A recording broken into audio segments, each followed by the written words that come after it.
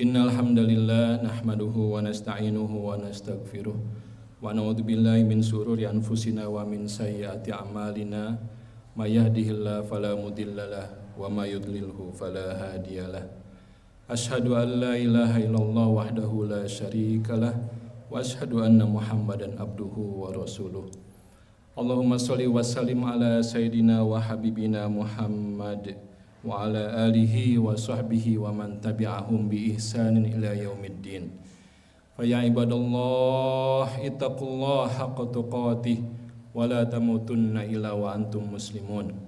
Fa qala ta'ala fi kitabil aziz, a'udzu billahi minasyaitonir rajim. Bismillahirrahmanirrahim. Wa idibtala Ibrahim rabbuhu bikalimatin fa atammahun. Qala inni ja'iluka lin-nasi imama.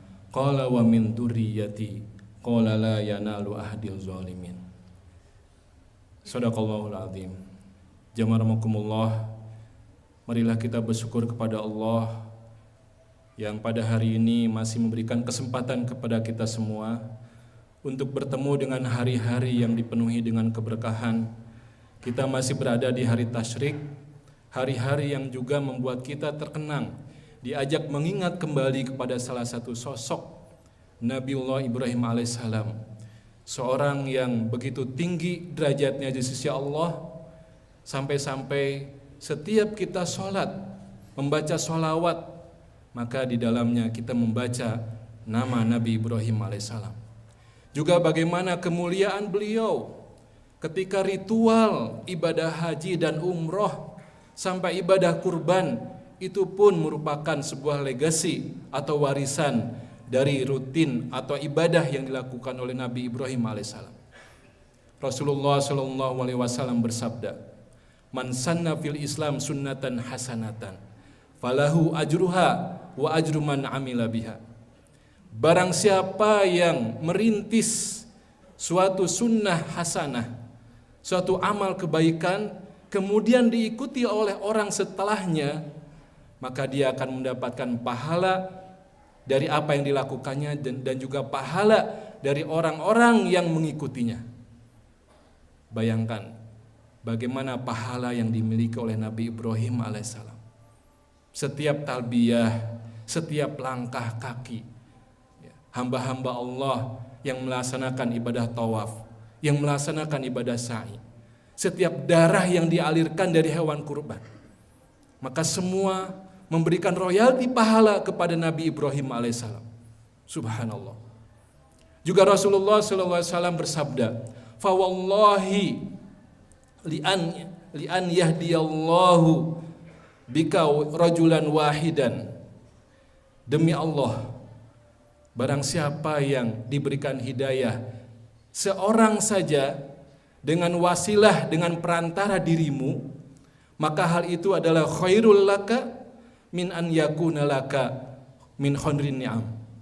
Maka itu adalah lebih baik daripada unta merah.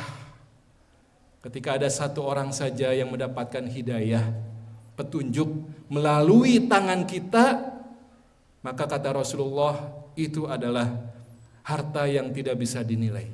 Unta merah adalah sebuah harta yang paling berharga bagi orang-orang Arab. Maka bayangkan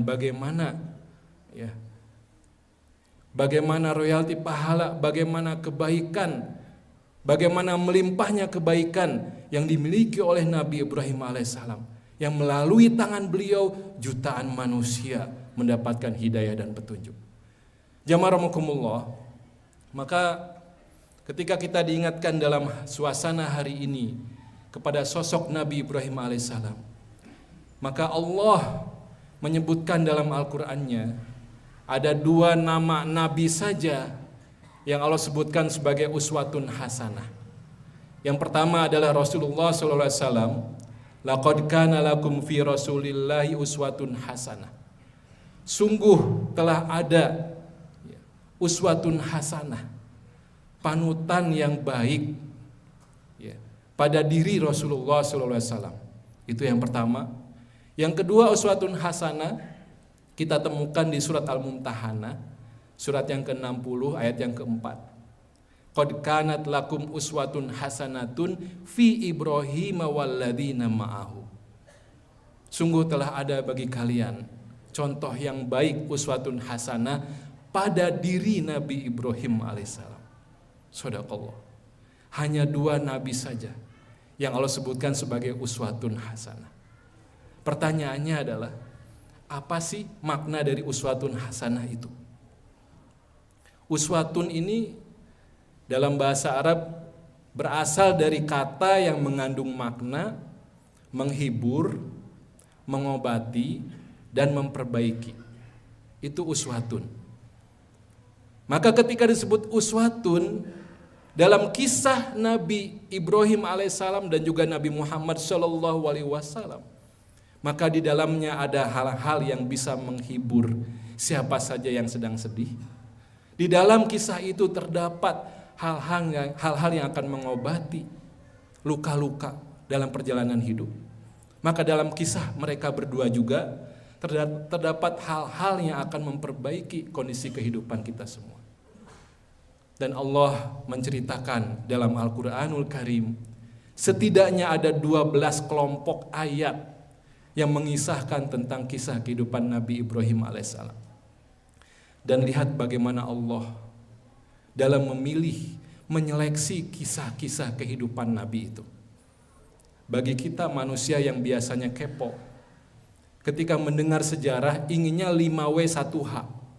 Siapa, who, kemudian what, apa, when, kapan, where, di mana, why, mengapa, how, bagaimana. Biasanya itu yang ingin kita ketahui dari sebuah sejarah. Tapi bagi Allah yang akan diseleksi sangat selektif, mana adegan episode kisah itu yang akan memberikan manfaat bagi kita semua, memberikan pelajaran dan pedoman yang timeless, pedoman yang tidak akan habis dengan waktu, pedoman yang akan bermanfaat sampai nanti akhir zaman. Itulah yang akan diambil oleh Allah, diceritakan, disajikan dalam Al-Quranul Karim. Allah mengumpulkan kelompok pertama kisah Nabi Ibrahim ini dalam surat Al-Baqarah ayat yang ke-124 dan berikutnya. Tadi yang dibacakan di awal, wa idzibtala Ibrahim rabbuhu bikalimatin. Ini ayat menceritakan global bahwa Allah sebagai Robnya Nabi Ibrahim itu telah menguji Nabi Ibrahim dengan berbagai macam ujian, fa'atammahunna, dan Nabi Ibrahim lulus dengan cum laude. Bukan lulus dengan biasa-biasa aja, tapi dengan cum laude. Tidak dirinci di kelompok ayat ini apa saja ujian-ujiannya. Maka kita temukan di kelompok ayat yang lainnya ada kisah bagaimana Nabi Ibrahim bertemu dengan Raja Namrud. Kemudian bagaimana Nabi Ibrahim mendakwahi umatnya dengan cara metode dakwah yang menyatu dengan umatnya, tidak menjauh. Ketika Ibrahim alaihissalam, falamma ra'al qamara bazighan hadza rabbi, melihat bulan, Nabi Ibrahim mengatakan, oh ini Tuhan. Ketika melihat matahari, hadza akbar, oh ini lebih besar. Hadza rabbi, hadza akbar. Ini bukan berarti Nabi Ibrahim mencari Tuhan, bukan. Tapi sebuah metode dakwah bagaimana umat saat itu memiliki pemikiran seperti itu. Oh ini sesuatu yang punya kekuatan, berarti Robbi, Tuhan. Jadi Nabi Ibrahim memiliki metode dakwah yang menyatu dengan umatnya, tidak memecah belah. Shadaqallah. Kemudian juga nanti ada kisah bagaimana Nabi Ibrahim meminta kepada Allah penetapan peneguhan keimanan. Kaifatuhil mauta. Ya Allah, bagaimana sih engkau itu menghidupkan orang yang mati? Saya sudah yakin, tapi ingin itminan. Bayangkan, Nabi Ibrahim saja minta peneguhan keimanan. Maka Allah menunjukkan kekuasaannya dengan memerintahkan Nabi Ibrahim untuk mengambil 4 ekor burung, kemudian memutilasi dan membagi-baginya ke 4 bukit. Akhirnya dipanggil dan semua itu tulang-tulangnya bersatu kembali dan mendatangi kepada Nabi Ibrahim alaihissalam. Itu kekuasaan Allah. Kemudian juga nanti ya, di surat Hud kita mendapati kelompok ayat di mana Nabi Ibrahim kedatangan tamu para malaikat yang diutus oleh Allah untuk membinasakan kaumnya Nabi Lut alaihissalam. Di surat Hud, Nabi Ibrahim kedatangan tamu. Nanti kisah ini diulang lagi di surat Ad-Dariyat, surat yang ke-51. Sama kisahnya, tapi berbeda sedikit. Di surat Hud, Nabi Ibrahim menyajikan jamuan kepada tamu-tamunya itu dengan faja'a bi idlin hanid, menyajikan daging sapi, daging anak sapi yang dibakar, dipanggang. Kalau zaman sekarang sei sapi, begitu wangi, nikmat dan mahal harganya. Sei sapi. Sedangkan di surat Ad-Dariyat itu bicara tentang size, tentang ukurannya. Faja'a bi ijlin samin. Nabi Ibrahim menyajikan daging anak sapi yang besar, yang gemuk, bukan yang kurus. Kemudian nanti di surat As-Saffat, barulah kita menemukan ujian bagaimana Nabi Ibrahim diperintahkan oleh Allah untuk menyembelih anaknya melalui mimpi. Hanya sekali. Sedangkan kisah menerima tamu itu 2 kali. Shadaqallah. Artinya apa? Kita nggak mungkin mengalami ujian seberat Nabi Ibrahim. Ya. Dan paling mungkin adalah kita diuji ketika ada tamu datang. Bagaimana akhlak kita? Itu diajarkan oleh Nabi Ibrahim alaihissalam. Shadaqallah. Nah, jamaah rahimakumullah, mari kita lihat sedikit pelajaran dari rangkaian yang pertama, ya, kelompok ayat di surat Al-Baqarah mulai dari ayat yang ke-124. Wa idibtala Ibrahim rabbuhu bikalimatin. Dan ingatlah ketika Allah sebagai Robnya Ibrahim ibtala, menguji. Dalam bahasa Arab, menguji itu bisa bala hanya 3 huruf, itu menguji. Tapi bisa juga dengan ibtala. Terjemahannya sama, menguji juga. Ibtala itu mendapatkan tambahan hamzah di depan dan huruf ta di tengah. Jadi ada tambahan 2 huruf. Dalam kaidah bahasa Arab, ziyadatul mabna, ziyadatul makna. Setiap penambahan pada kata dasar, maka itu menambahi makna yang lebih berat. Maka ketika di ayat ini Allah menyebutkan ibtala Ibrahim rabbuhu, berarti Allah menguji Nabi Ibrahim dengan ujian yang bukan ujian biasa-biasa saja. Dengan ibtala. Ujian yang sangat ekstrim. Dan kita nggak mungkin mengalami ujian sebagaimana ujian Nabi Ibrahim alaihissalam. Bagaimana sayangnya Allah kepada kita semua. Kemudian Allah melanjutkan bikalimatin. Ternyata Allah menguji Nabi Ibrahim alaihissalam itu bukan dengan bahasa instruksi, bukan dengan perintah-perintah. Lakukan ini, jangan lakukan ini. Bukan dengan instruksi, tapi bikalimatin. Kalimat itu ya kalimat, bahasa, kalimat. Kalau instruksi itu awamirin. Awamir itu perintah-perintah. Kalimat itu bisa kalimat berita, bisa kalimat perintah. Silahkan geser. Maju itu perintah. Tapi kalau kalimat berita di depan masih kosong. Bapak-bapak, ketika ada 2 kalimat itu lebih enak yang mana? Lebih enak maju dengan kata perintah atau dengan kata berita, kalimat berita. Di depan masih kosong. Itu kan lebih sopan, lebih enak. Dibanding dengan disuruh dengan perintah, maju, maju, maju. Nabi Ibrahim alaihissalam sangat sensitif dengan Allah. Saking dekatnya dengan Allah, cukup dengan kalimat saja, kalimat berita, paham apa yang diinginkan oleh Allah. Subhanallah. Bikalimatin. Itulah hebatnya Nabi Ibrahim. Sehingga mendapatkan warisan pahala, kebaikan yang terus menerus. Karena punya hubungan yang sangat dekat dengan Robnya. Cukup dengan bikalimatin, paham apa yang diinginkan oleh Allah. Bayangkan, ketika rumah tangga, hubungan antara anggota keluarga itu adalah hubungan yang sangat dekat, saling memahami.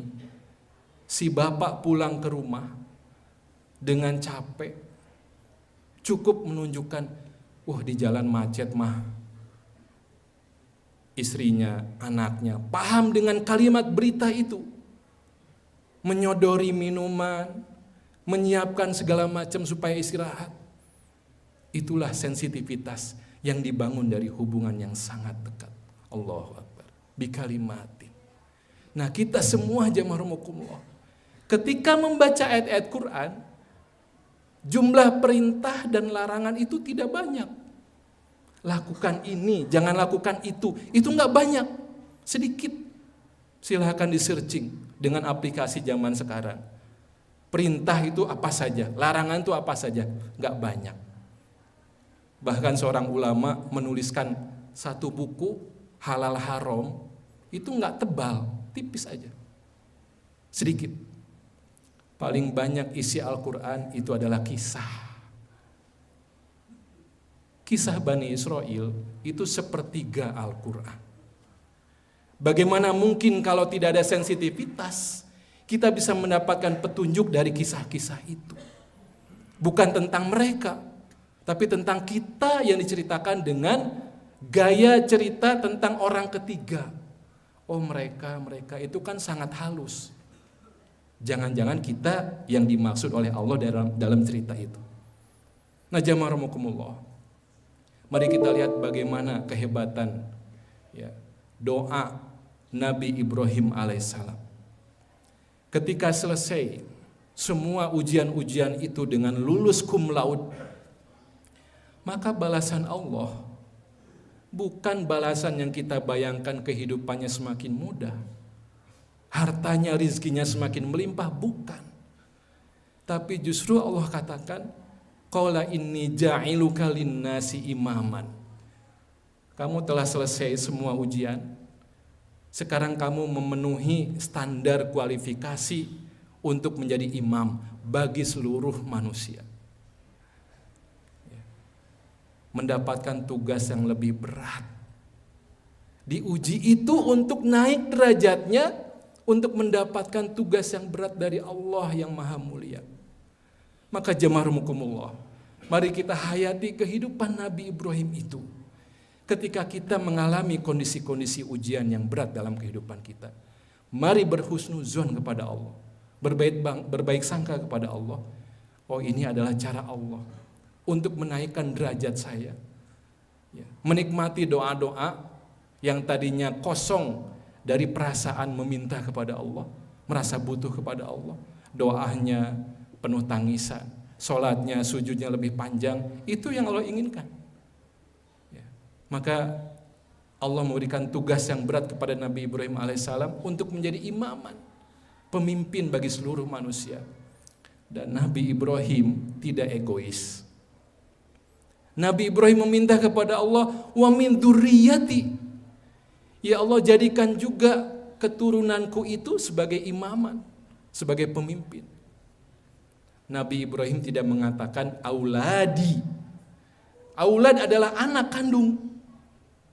Nabi Ibrahim menyebutkan dzurriyyati. Dzurriyyati itu anak, cucu, cicit, terus sampai ke bawah. Tidak ada batasan. Itu dzurriyyah. Sangat visioner. Oleh karena itu, dari keturunan Nabi Ibrahim itu, melalui Ishak itu ada nabi-nabi sampai Nabi Isa. Melalui Nabi Ismail itu sampai nanti lahirlah Nabi Muhammad SAW. Itu doa yang juga harus kita pahami. Keimanan itu harus diwariskan. Jangan berhenti pada diri kita. Harus diwariskan kepada anak kita, kepada cucu kita, dan selanjutnya. Kemudian di ayat 126, Nabi Ibrahim berdoa kepada Allah, wa idz qala Ibrahim rabbij'al hadza baladan aminan. Bagi siapapun yang diberikan kekuasaan, otoritas, ini menjadi contoh, role model. Nabi Ibrahim berdoa kepada Allah, ya Allah, ij'al hadza baladan aminan. Jadikanlah tempat ini Baladan aminan, tempat negeri yang aman. Negeri itu tempatnya, bukan orang-orangnya. Karena Nabi Ibrahim membaca sejarah, ketika suatu negeri makmur, ketika penduduknya itu tidak beriman, tidak soleh, maka kemakmuran itu akan membawa kepada kebinasaan.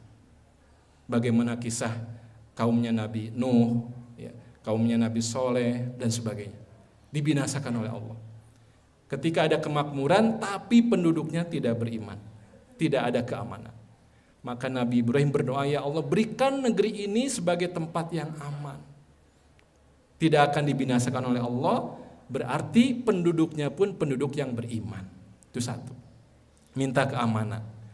Kemudian Nabi Ibrahim berdoa, warzuk ahlahu minas samarot. Ya Allah berikanlah rizki kepada penduduk negeri ini as-samarot, buah-buahan. Logikanya di mana? Padang pasir susah untuk tumbuh-tumbuhan. Tapi doa Nabi Ibrahim itu tidak membatasi dirinya dengan situasi yang sangat terbatas itu. Ya Allah rizkikanlah kepada penduduk negeri ini buah-buahan as-samarot. Berarti Nabi Ibrahim ini sangat visioner. Beliau berharap tempat yang gersang itu menjadi pusat trading, menjadi pusat jual beli perdagangan. Allahu Akbar. Dan hari ini kita menyaksikan bagaimana negeri Arab itu cukup dengan berseliwerannya orang, mereka hidup dengan kaya raya, dengan makmur. Jadi dua doa Nabi Ibrahim, minta keamanan, safety, keamanan. Yang kedua minta kemakmuran, prosperity, kemakmuran. Ini dua hal yang gak bisa dipisahkan. Kalau aman tidak makmur, sulit mencari pekerjaan, terganggu keamanan. Kalau makmur tapi tidak aman, terganggu juga. Jadi dua hal ini menjadi visi dari seorang pribadi Ibrahim dan juga visi bagi seorang pemimpin. Jamaah rahimakumullah, semoga ya Allah mengkaruniakan kepada kita semua kemampuan untuk membaca sejarah ini dengan sebaik-baiknya, mengambil semua pelajarannya dan menjadikan sebagai panduan dalam kehidupan kita semua. Amin ya rabbal alamin. Barakallahu li wa lakum.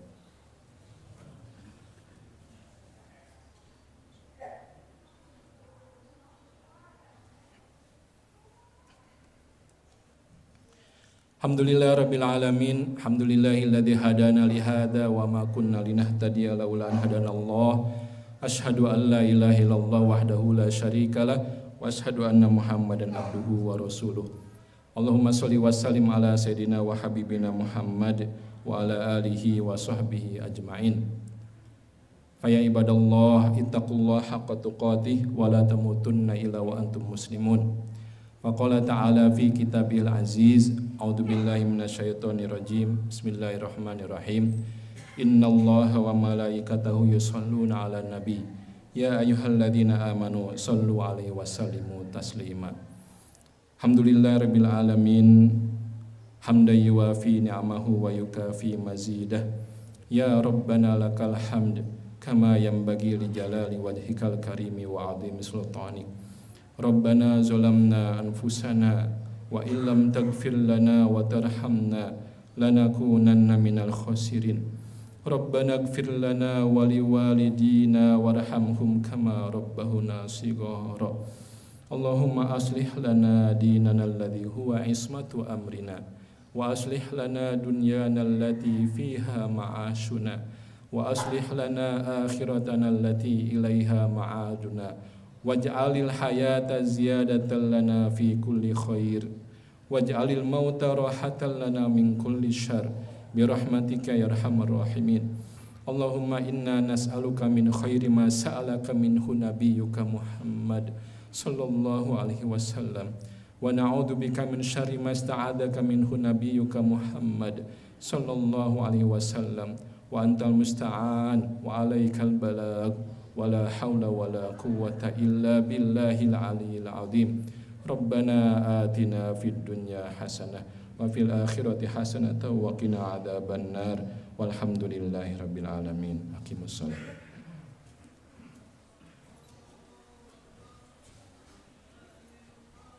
Allahu